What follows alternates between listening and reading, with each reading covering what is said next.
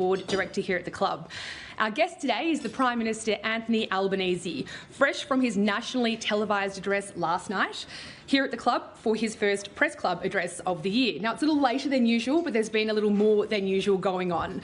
The conflict in the Middle East triggering the worst, one of, if not the worst, energy crises we've ever experienced, disrupting global oil supplies and sending petrol and diesel prices soaring. With the Strait of Hormuz still closed, Australia is sourcing its fuel from further and further afield. But in the middle of all of this uncertainty and volatility, the government's putting together what the Prime Minister says will be its most ambitious budget yet. To hear all about it, please welcome the Prime Minister.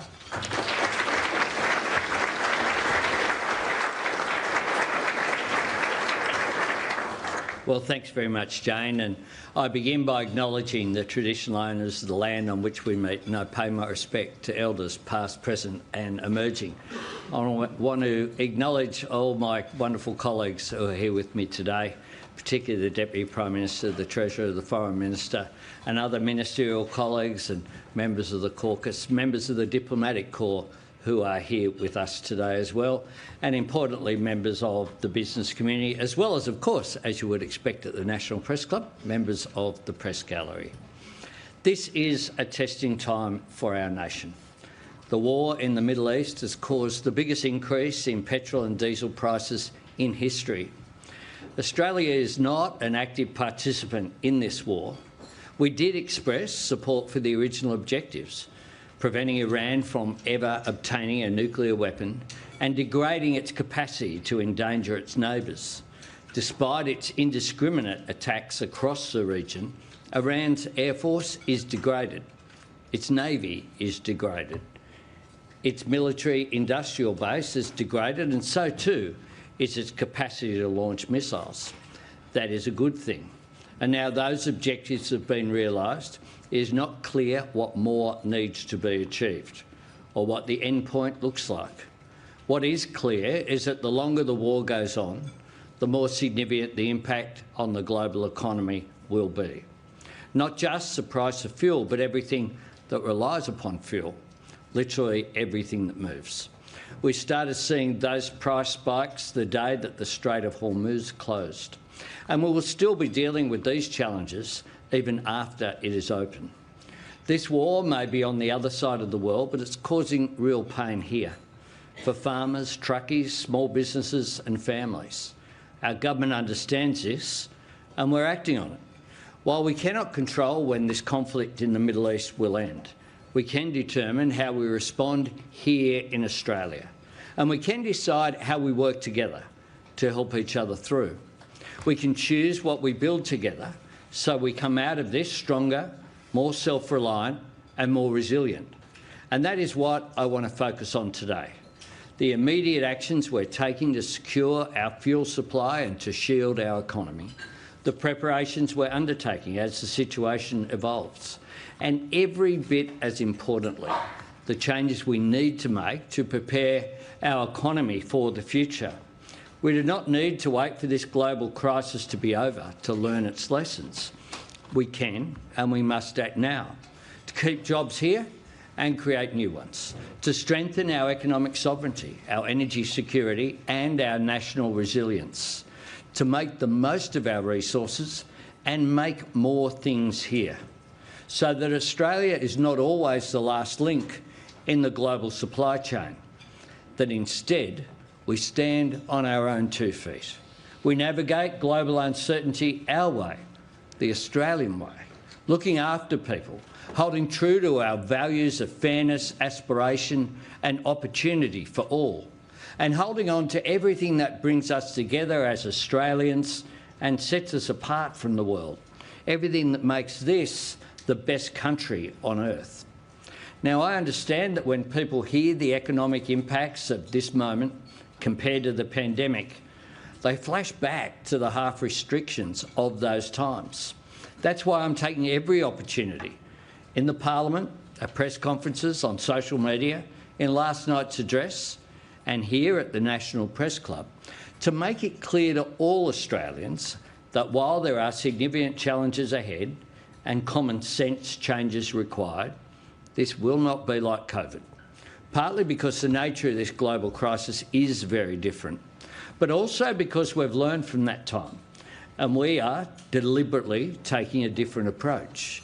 You can see that with the National Fuel Security Plan adopted by National Cabinet, making sure that leaders at all levels of government and from both sides of politics are on the same page, taking sensible steps now so we're better prepared for what is ahead, and being clear about what we want life to look like here in Australia, even as the global situation becomes more challenging, so we do not have a repeat of the social dislocation of COVID, when people's financial stress and anxiety about the world was compounded by being cut off from family and friends and community, and trust in government and institutions was eroded by rules that seemed both completely inflexible and constantly changing.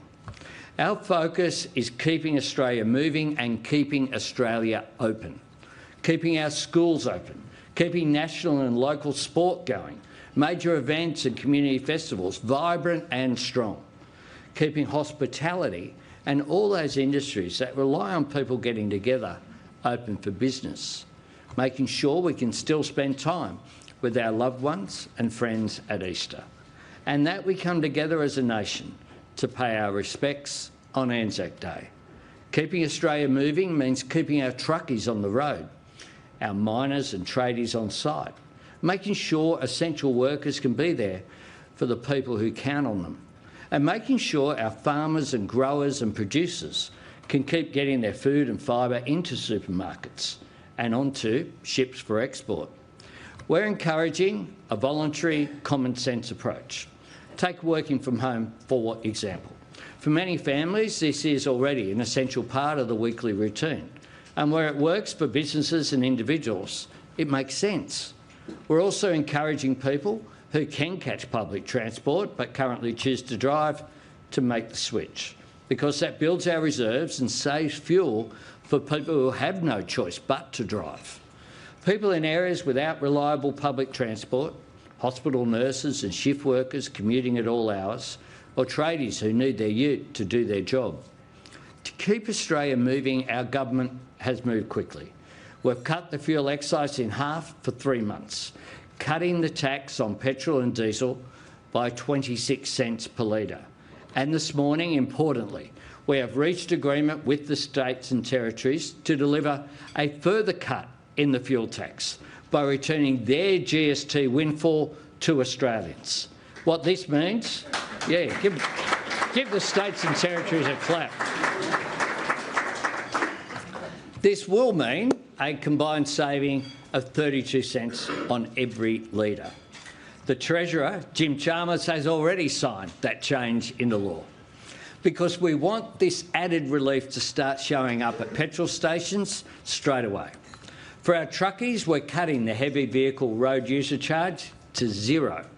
We've taken unprecedented action to underwrite industry and bring shiploads more fuel and fertiliser to Australia. We've changed the law so that all the fuel made in Australian refineries stays on shore. We've given the ACCC new powers to crack down on petrol stations that do the wrong thing by their customers. And we will pursue every option to ensure the increases that might be there in coal or gas prices do not flow into electricity prices.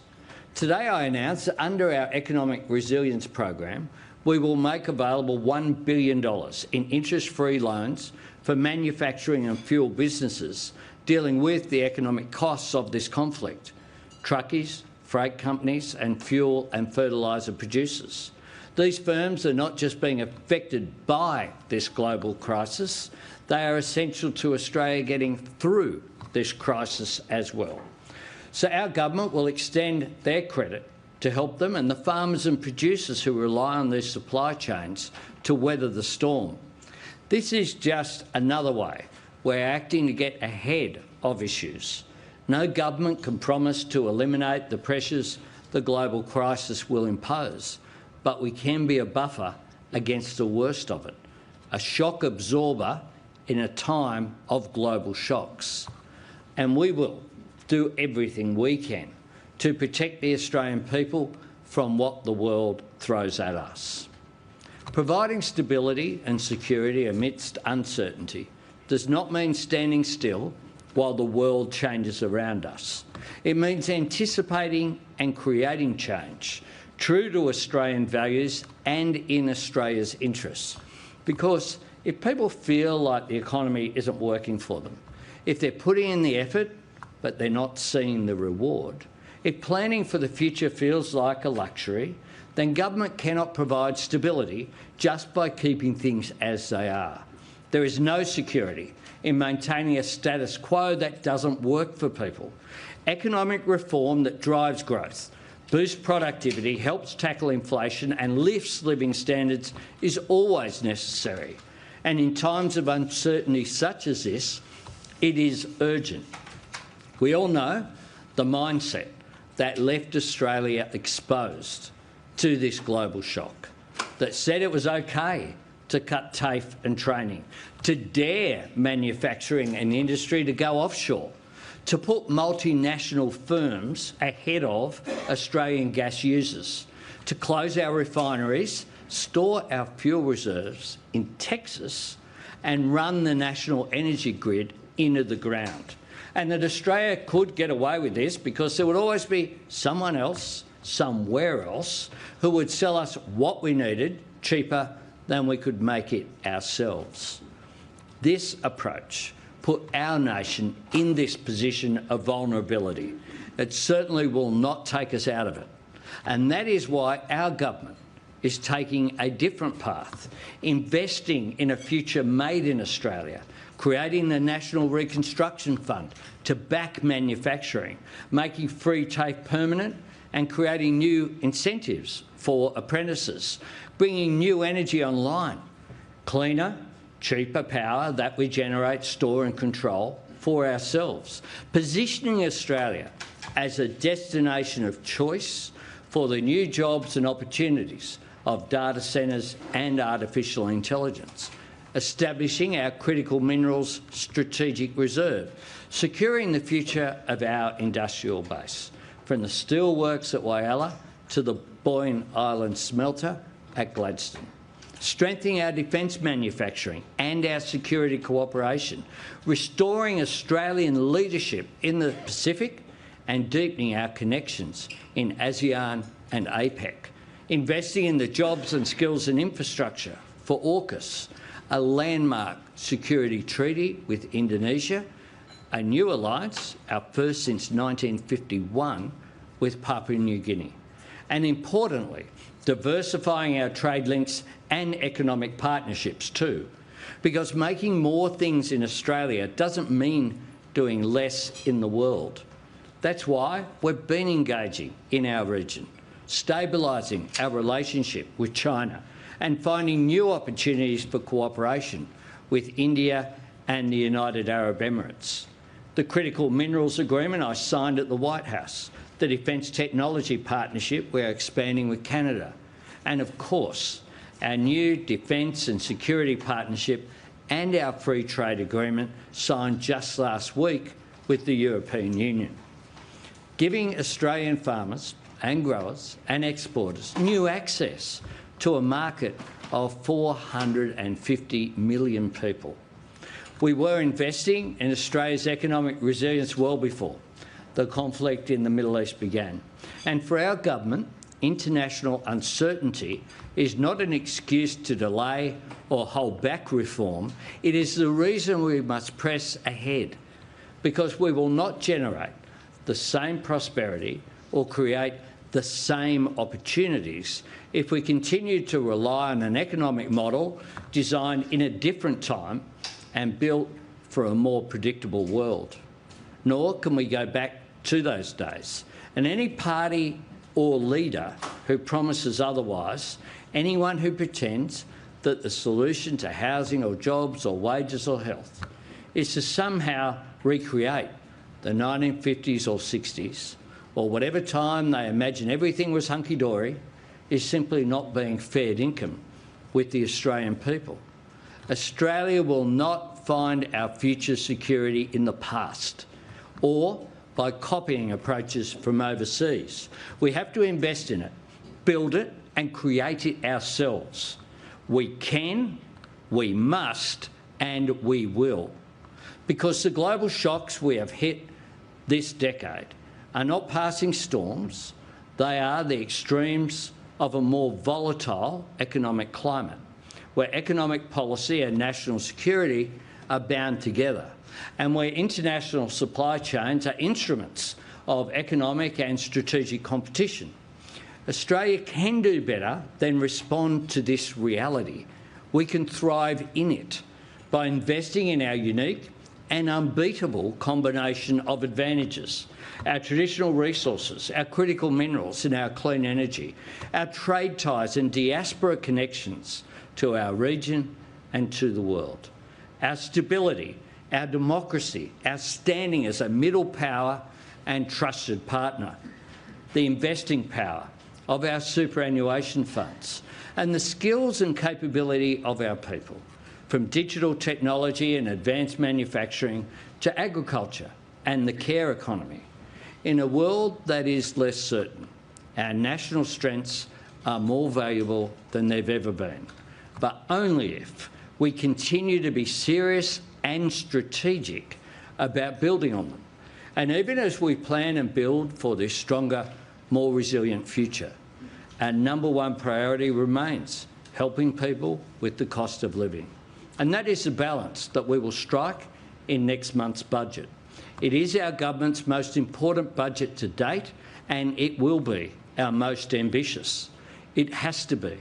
The scale of the challenge facing us and the breadth of opportunities ahead of us demands that ambition and that urgency. And our Australian character demands that ambition too. That's what I mean when I talk about progressive patriotism, uniting to celebrate what we have, but working together to make it better, recognising that because we live in the best country in the world, we have a responsibility to build for the best and to empower every Australian with the opportunity to be their best as a matter of national pride and in order to realise our national potential. Some of you have probably heard me say before that you have to be prepared to learn something new every day. And one of the things that I've learned in the 4 years I've had the extraordinary honour of serving as Australia's Prime Minister is that no matter how consuming an issue appears, you can't just drop everything else.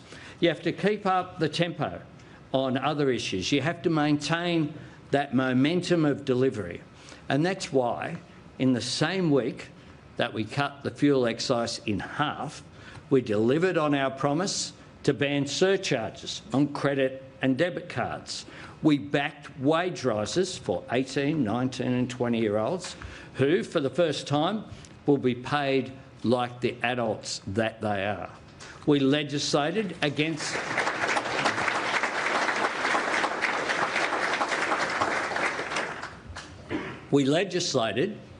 subscription traps.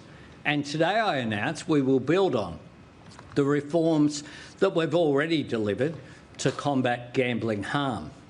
Between 6 a.m. and 8:30 p.m, we will cap the number of TV ads for betting agencies at a maximum of 3 per hour. We will ban all gambling ads on radio during school pickup and drop-off. We will ban cross-promotion content that mixes commentary with odds. We'll end advertising on jerseys and jumpers and in stadiums. And we'll ban online advertising unless the user is verified as being over 18 and has the ability to opt out. Just as importantly, we will block illegal offshore gaming sites and ban online Keno-type products, the so-called pocket pokies, which represent a huge percentage of Australian gambling losses. And we will keep building on the success of BetStop, promoting and strengthening a program that is changing lives. We are getting the balance right, letting adults have a punt if they want to, but making sure that our children don't see betting ads everywhere they look. Because we don't want kids growing up thinking that footy and gambling are inextricably linked. We want Australians to love sport for what it is. Its joys, its heartbreak, 43 years between comps for South Sydney, its highs and its lows, because that is more than enough for any of us. To succeed in all that is ahead of us, we need to bring people with us. And that's why when I stood here after the next election, I said that the following 12 months would be a year of delivery, working through the commitments that the Australian people voted for last May and ticking them off one by one. 134 out of 137 Medicare urgent care clinics we promised are open, together with 54 Medicare mental health centres. And our new Medicare mental health check-in service went live just yesterday. 1-800 Medicare has been up since January 1. And all 33 of our endo and pelvic pain clinics will be open by the end of this month. Over 1,300 more GP clinics are bulk billing every patient every time, driving the biggest jump in the bulk billing rate in over 2 decades. PBS medicines are at their lowest price since 2004, just $25. 230,000 Australians have purchased their first home with a 5% deposit. When I came to the Press Club last January, I announced a new $10,000 incentive for construction apprentices. In the last 6 months, 11,000 Australians have seized that opportunity. For the first time ever, full and fair funding for every student in every school in every state and territory is becoming a reality. And over 61,000 nursing, teaching and social work students have benefited from paid prac. There have been nearly 750,000 enrolments in free TAFE. More Australians are starting university than ever before. And 3 million people with a student debt have had it cut by 20%, saving an average of over $5,500. Over 300,000 homes and small businesses have cut their power bills with a cheaper battery. The gender pay gap is at an all-time low, and 14 million taxpayers will get a tax cut on the 1st of July this year and again next year. All these acts of delivery, doing what we said we would do, helping people under pressure, they also build trust, not just trust in our government, trust in all governments, in our capacity to make a positive difference in people's lives. In a more polarised and fragmented media landscape, that is only becoming more important, because there is no speech, no ad, no interview that can make a better case for the value of government than someone being able to see a doctor for free close to home. That's the reality our conversation must be grounded in. Change that people can see positive change in their lives. For a Labor government, economic reform is never an end in itself. It's only the means to an end, to ensuring more people know the dignity of a good job and fair wages, schools and childcare that give your child the best start in life, the opportunity of TAFE or university, healthcare your family can count on and afford, a home of your own. The intergenerational equity at the heart of the oldest and most Australian aspiration of them all, passing on greater opportunity to your children. That is how we bring people with us. It is also where we want to go, to an economy that is stronger and fairer, stronger because it is fairer, because people have a share in our nation's success, a meaningful stake in our economy and a stake in their future, and a society that is stronger because everyone knows they're a part of it. People in every part of our country, from all faiths and backgrounds, valued for who they are and for all they contribute. That has always been the key to the success of the Australian model. It is how we have been able to avoid the worst of the economic and social divisions that have taken hold elsewhere.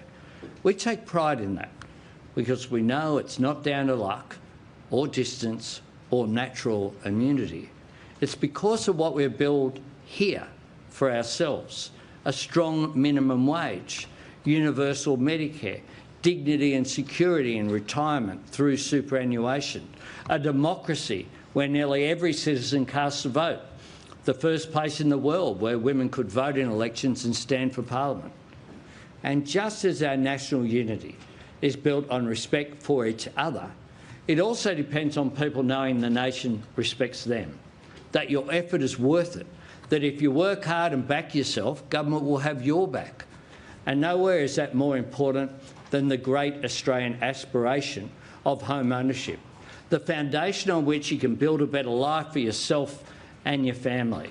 That is an enduring mission that demands constant renewal, continual reform, new effort and urgency to break down the barriers of disadvantage, open the doors of opportunity, liberate the talents and capacity of the Australian people, and ensure that every part of our economy nourishes aspiration and rewards hard work. That is the Australian way, and it is our way through this global crisis. It is how we make our way forward with no one held back and no one left behind. Thanks very much.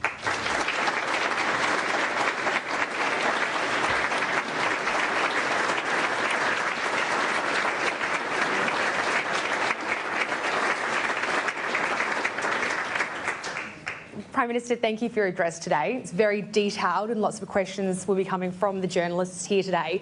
But I wanted to start by asking about the crisis we're currently in and the wake-up call that I feel it's presented Australia. As you say, we're an island nation. We import the vast majority of our liquid fuels. We're at the end of a very long supply chain. So I'm wondering, what is your government's long-term plan to make Australia either self-sufficient or far more self-sufficient when it comes to liquid fuels? We have to be more self-sufficient and less vulnerable. We had, fortunately, at the beginning of this global crisis, we had the largest fuel reserves that we'd had in Australia for 15 years. And importantly, our fuel reserves were here, not in the United States. Now, 6 of our refineries were open when we left office in 2013. When we came back in 2022, there were 2. So if you look at what we've done, whether it's in Mount Isa, Whyalla, Nearstar in Tasmania, Gladstone, we have been prepared to intervene and not just say, oh, well, we'll just let the market operate and we won't worry about what happens because we'll be right, we'll get stuff from somewhere else. We've been prepared to intervene to make sure that we are more resilient and self-reliant. That's what the Critical Minerals Strategic Reserve that we announced during the last campaign was about as well. So it's that principle of a future made in Australia that I spoke about prior to 2022. I spoke about on this very platform, one of the speeches I gave as opposition leader. And it's that theme that we'll continue to work on. How do we deal with these issues? So partly, one of the things we've done this week, for example, is to increase the Finance Minister's emergency fund, if you like, so that she has a greater capacity. There's some smaller improvements that we can make to potentially produce more diesel here. We're looking at all of those options. Increasing capacity, more refineries, what are the kind of practical ways? Well, we're looking at all of those options, but it all needs to start with the principle of we can't assume, as I said in the speech, that we'll get it from somewhere else because it's cheaper somewhere else and this market will operate, that is the world that we're in. We are not. We're in a world where economic relationships are linked to national security. We need to continue to that. So if you like, the principle that we were elected on in 2022, which included in, I think it was the first or maybe the second budget reply I did, I announced the National Reconstruction Fund. It was about making more things here. It was about being more resilient. And it's that principle that, if anything, we need to now turbocharge rather than back away from. But we got, I think we were right in drawing that distinction prior to our election. We've been putting in place those measures since then in a range of areas, but we'll continue to do so. Okay, let's go to our journalist, Michelle Grattan from the Conversation, rather. Prime Minister, there have been many calls for a super profits tax to take advantage of enhanced gas exports. What's your view of that sort of tax? How do you see the pros and the cons of it? I think it needs to be viewed in the context of where we are now. So one of the things that we've been very clear about, for example, is that just as we expect countries that supply us to stick to agreements which are there, we think it's very important that the contracts that we have be fulfilled completely with countries in our region. That's the quid pro quo, if you like. And I think that is very important as we go forward. So our priority, to be clear, our first priority is supply. Supply depends upon those relationships being adhered to. And some of the commentary that is there ignores a whole range of the issues. They take some select areas, pretend that there isn't a return to the Australian people from the resources sector, which is there, which is a real strength for us. So we'll continue to engage. The tax priority, the only tax policy that the government has adopted at the moment, of course, is the income tax cut that comes in on July 1.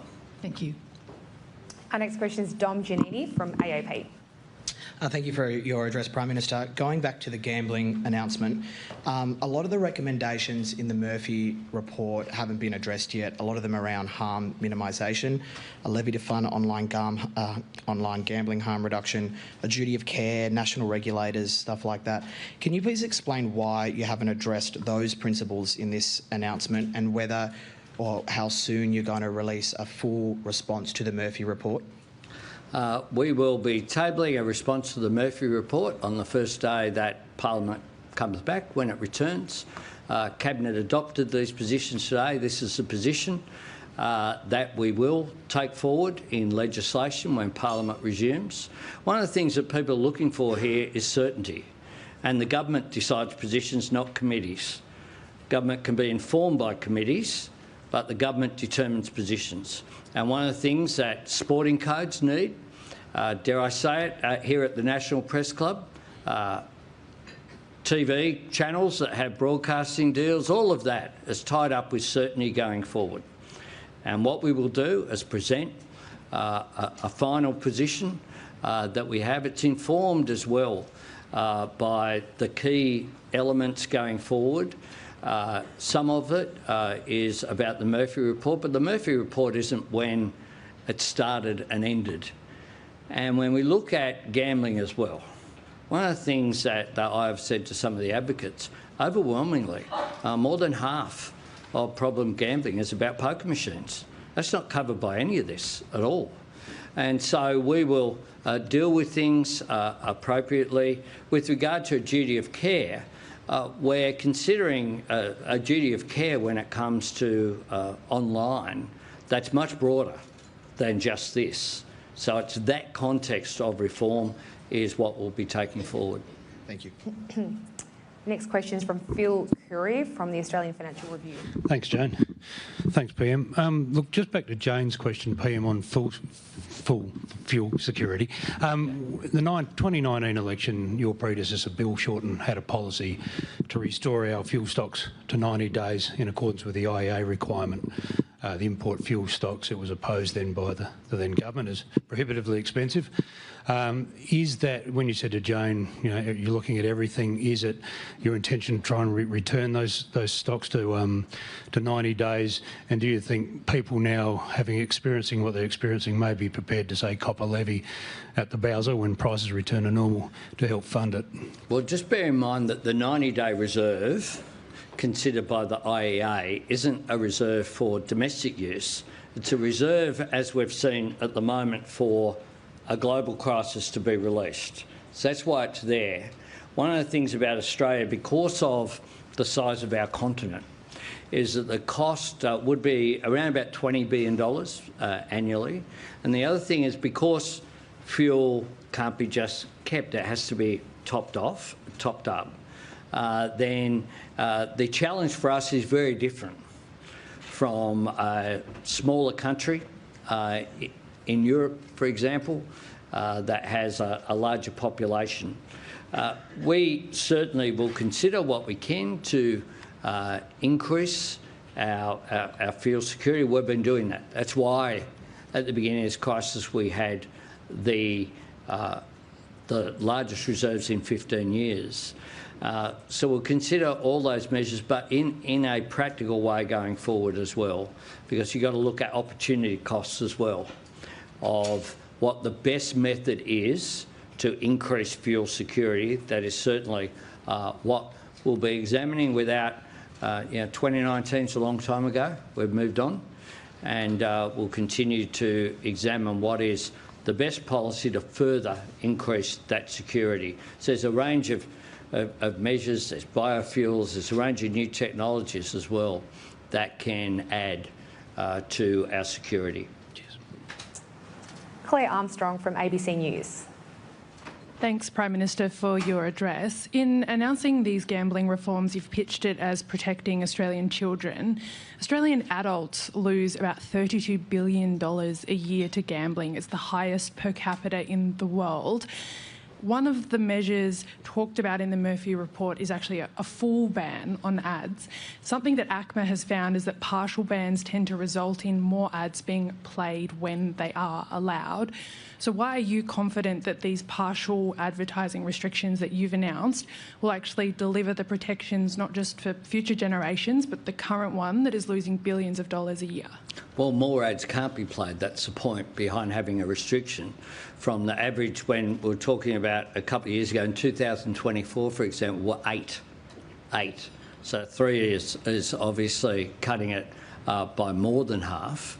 It's about getting that balance right, and the nature of it as well is that if a footy player is running around with a gambling company on their football jumper, that's not 8 an hour that there was, that's constant for the 80 minutes plus injury time that a game's going on.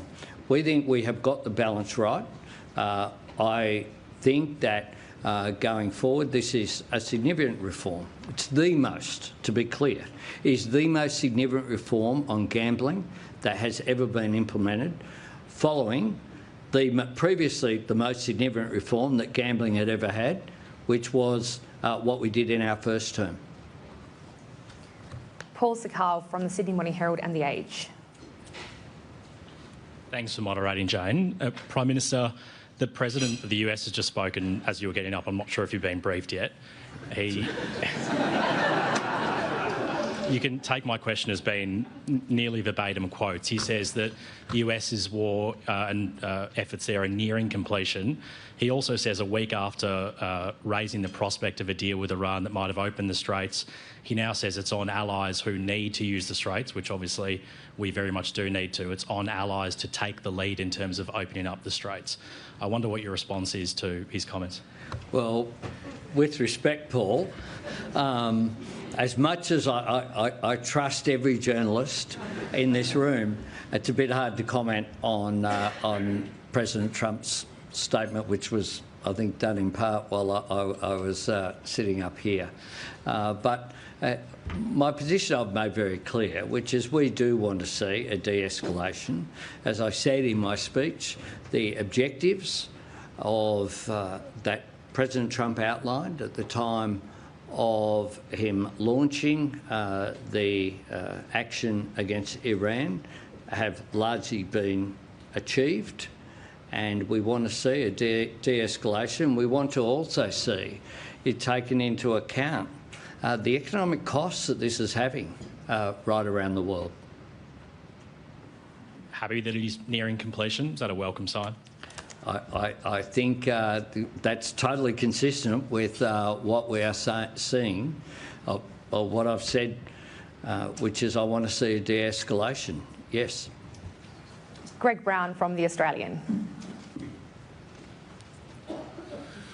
Prime Minister, in your speech you talked a lot about ambitious reform, but it seemed to me it was through the prism of economic resilience.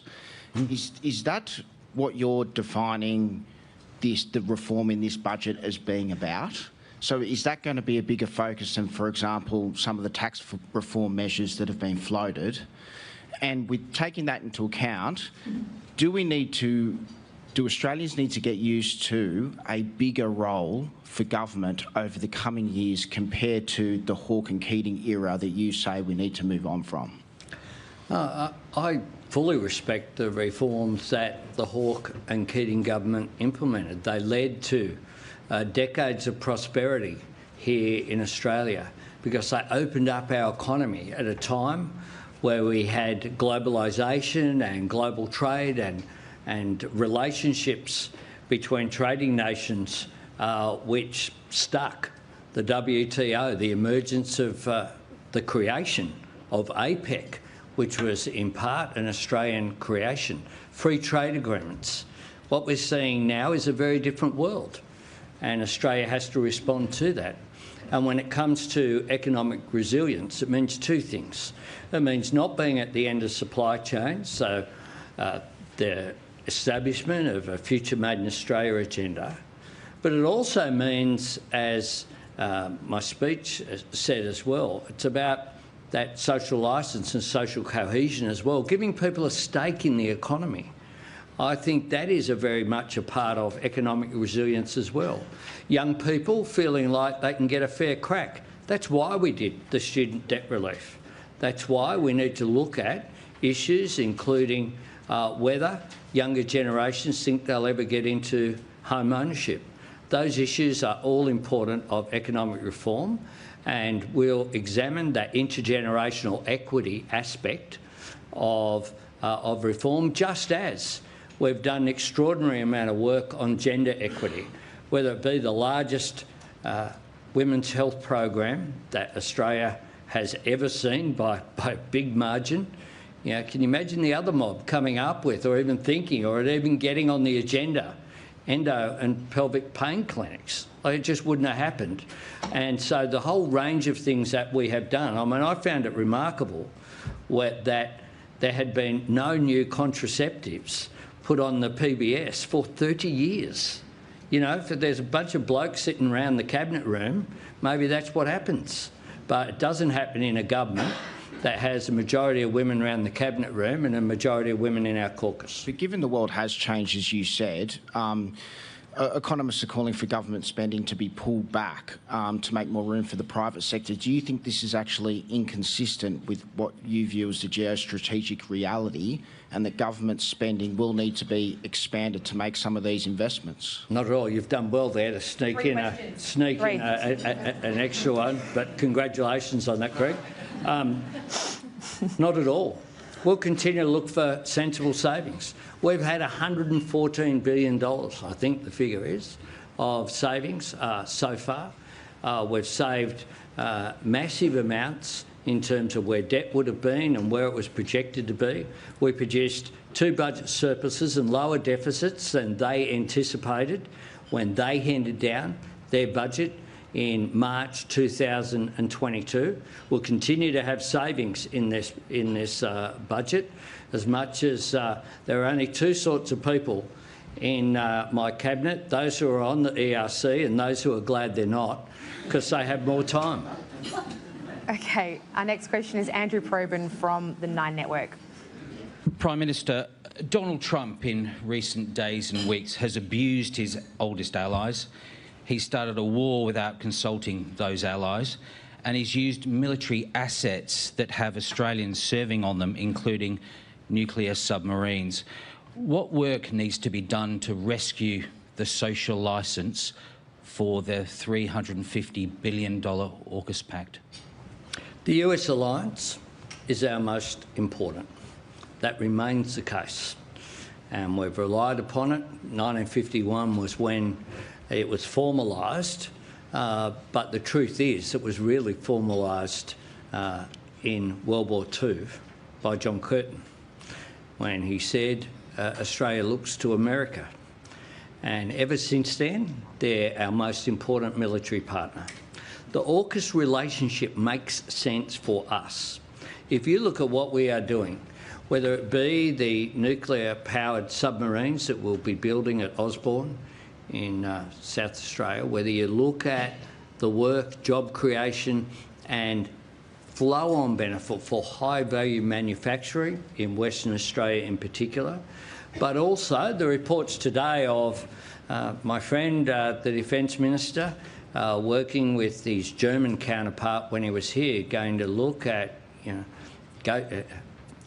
Ghost Bat and Ghost Shark, the development of these new technologies, Australia exporting, not just becoming more self-reliant on defence. The AUKUS relationships are a part of that. So one of the things that my government is really proud of is that we have cemented our relationships with our traditional partners, the United States and the United Kingdom, but we haven't said that's enough. We actually recognise we've repaired the relationship with China. We have strengthened the relationships with ASEAN nations, cemented the ties with our North Asia trading partners, South Korea and Japan, as well as the role that we're playing in the Pacific Island Forum, and looking towards the emerging superpowers, India and Indonesia, for the opportunities that that presents. But do you concede that Donald Trump has damaged the social licence for AUKUS? People will have different views of yours. President Trump. Well, my job as Australian Prime Minister is to develop relationships with world leaders. That's what I do. And that is what I have done. With some scepticism from some of your colleagues over whether I could do that or not. We're able to talk. We've had 3 face-to-face engagements, multiple phone calls. That's important because it's in Australia's national interest.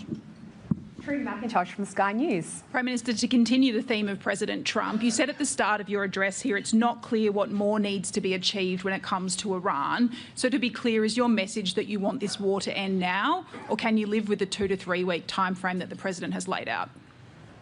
Well, to be clear, as I've said, and people are aware, Australia wasn't consulted before this began. The United States is a sovereign state, and they are the world's largest economy. And President Trump, I think, will continue to make announcements. What I have said very clearly, though, is that I do want to see a de-escalation, and I want there to be recognition as well, greater clarity about how this ends. And I haven't seen, to be fair, the timing of President Trump's speech, so I'm reluctant to talk about what he's the content of his speech, but I've been pretty consistent about this as well, that we need to account for what the end point is here and what the objectives are, and that the objectives that were originally put forward by President Trump, I think, have largely been realised. Our next question is Mark Riley from 7 News. Mark Riley from 7. Prime Minister, your address to the nation last night. The previous 2, during COVID, Scott Morrison announced $18 billion underwriting the economy, JobKeeper.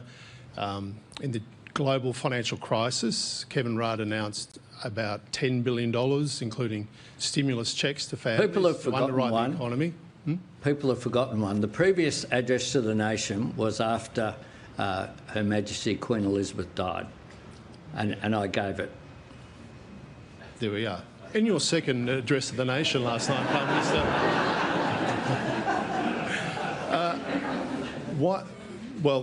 and on the basis of the 2 in crises, and maybe the Queen's death is a crisis of sorts, both the Prime Ministers announced significant packages underpinning the economy. We're now in a fuel crisis that's threatening the economy. You've laid out a fairly cogent case for that. So 2 things. Why no detail in that address last night? Why just a group hug? And secondly, Are you considering some cash stimulus for families, as your predecessors did in similar circumstances, as part of that cost of living relief? I make 2 points. One is the details in the National Fuel Security Plan. That was agreed. Second point I'd make is that the world's different from when I had the privilege of serving as a minister in the Rudd government. One of the things that's occurred in recent weeks during this global crisis is the amount of misinformation that's out there. People now, with due respect to Channel 7 News or anything else, used to get their information from 7 or 9 or ABC or 10 or SBS. They'd get their information there and there would be a consistency about it. Now, they're getting it on their device. It's telling them all sorts of things that aren't true. They're also, we have, unlike during COVID, where you won't find anything, any old talking points sent out to shadow ministers while I was leader, such as the talking points that were distributed by the leader of the opposition's office just yesterday, telling people essentially to talk up the issue of difficulties when it comes to fuel. You won't find that. We acted responsibly. So I took the opportunity to talk directly to the nation. That is more important than ever, because the nature of noise that is out there, the conspiracy theories that are out there, which are allowed, which propagate, which we can't do anything about, and you know, we can't wish the world was back so that everyone got their news at 6 p.m. or 5 or 7 when they watch TV at night, or they all read their paper that they held in their hands.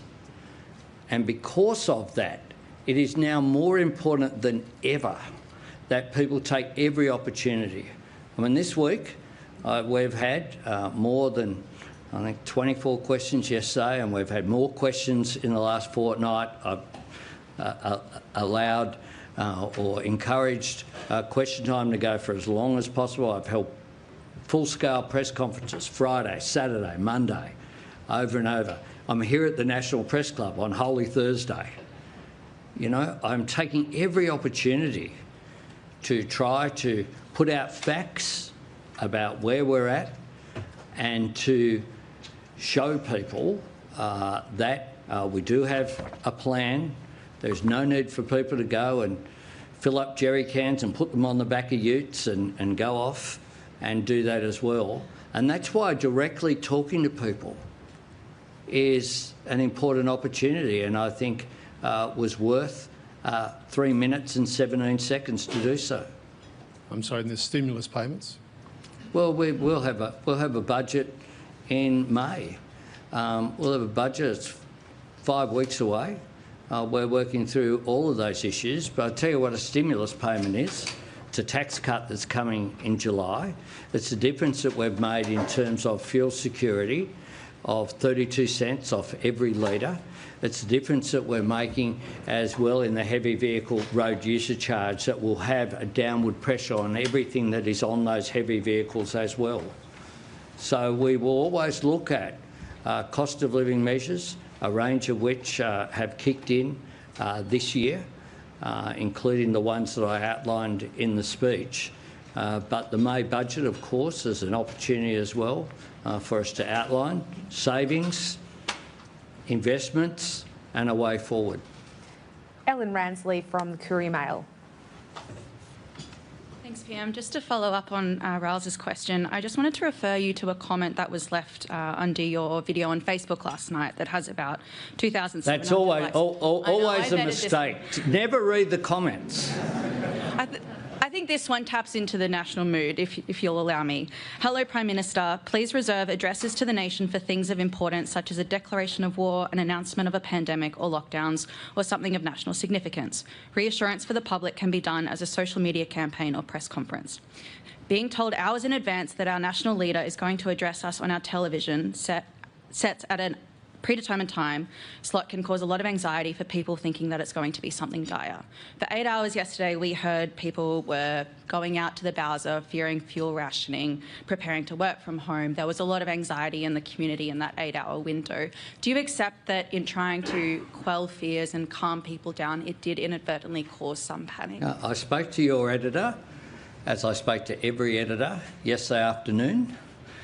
We had, myself and Chris Bowen, had a off-the-record briefing about what we were doing, what the context was. We continued to, and that was very constructive. We did everything we could to try to get the message out there, but I refer to previous answer, we need to talk directly. The truth is that the demand spike in fuel had occurred, was continuing to occur. There hasn't been a single ship that was due to arrive in Australia in March that had not arrived. And in addition to that, what we had done of changing the fuel standards for both diesel and petrol meant there was more supply than there would be otherwise, and the 20% release of the reserves meant there was more supply on top of that. So quite clearly, there was an issue that we needed to deal with, and I will take every opportunity to talk to the Australian people directly, because that is showing them respect. And I respect everyone's right to have a comment and a view, but a social media post didn't stop the, in some cases, 100% increase in demand on fuel that had occurred, even though that information has been out there very directly. Matthew Franklin from Capital Brief. Hi, Prime Minister. Matthew Franklin from Capital Brief. Hey. Earlier in the week in Parliament, this is a different topic altogether. In Parliament, you were accused of having a secret plan to expand the size of Parliament. That came because your Special Minister of State thinks it's a good idea. You said at that, in question time, you were highly satisfied with the 94 of 150 seats you hold in the House of Representatives, and you didn't think that your National Secretary would be happy if you tried to upset that. At the end of the table here sits the one of your senators for the ACT, who represents 228,000, I believe, ACT people. People in Tasmania, your senators, represent 80,000 people or thereabouts. My question to you is, in a world where we'd like to have the idea of, you know, one vote, one value, with respect, were you being serious or were you being flippant? No, I was being very serious about the House of Representatives and the quotas which are there. It's in our constitution that Tasmania have 5 seats, and that isn't going to change. And I was very serious about the fact that, in my view, and people will have different views, but I have never been engaged for 1 minute about an expansion of the size of the House of Representatives. I know that's not a uniformly held view, and that's fine, because there's an argument about when I was elected there were about 90,000 people, I think, in my seat, and now there's about 145,000. I understand all of that. But in today's world as well, I mean, I have to respond to the real world as it is. And the sort of campaign that would be run against an expansion of Parliament would, in my view, be not healthy for our democracy, and would end up where it was with the, remarkably, I think, at this time, the fact that the coalition used question time, of all things, to talk about that this week, I found quite bizarre, frankly, given that they didn't ask, the Shadow Treasurer didn't ask a question of the Treasurer yesterday on the last question time before the budget. Says everything about their priorities. My priority is getting on with things, and that's what I intend to do. Prime Minister, it's 1:30. Would you mind hanging around for a bit longer to answer a few more questions? We've just got a few more journos who've been waiting patiently for their turn. Sure.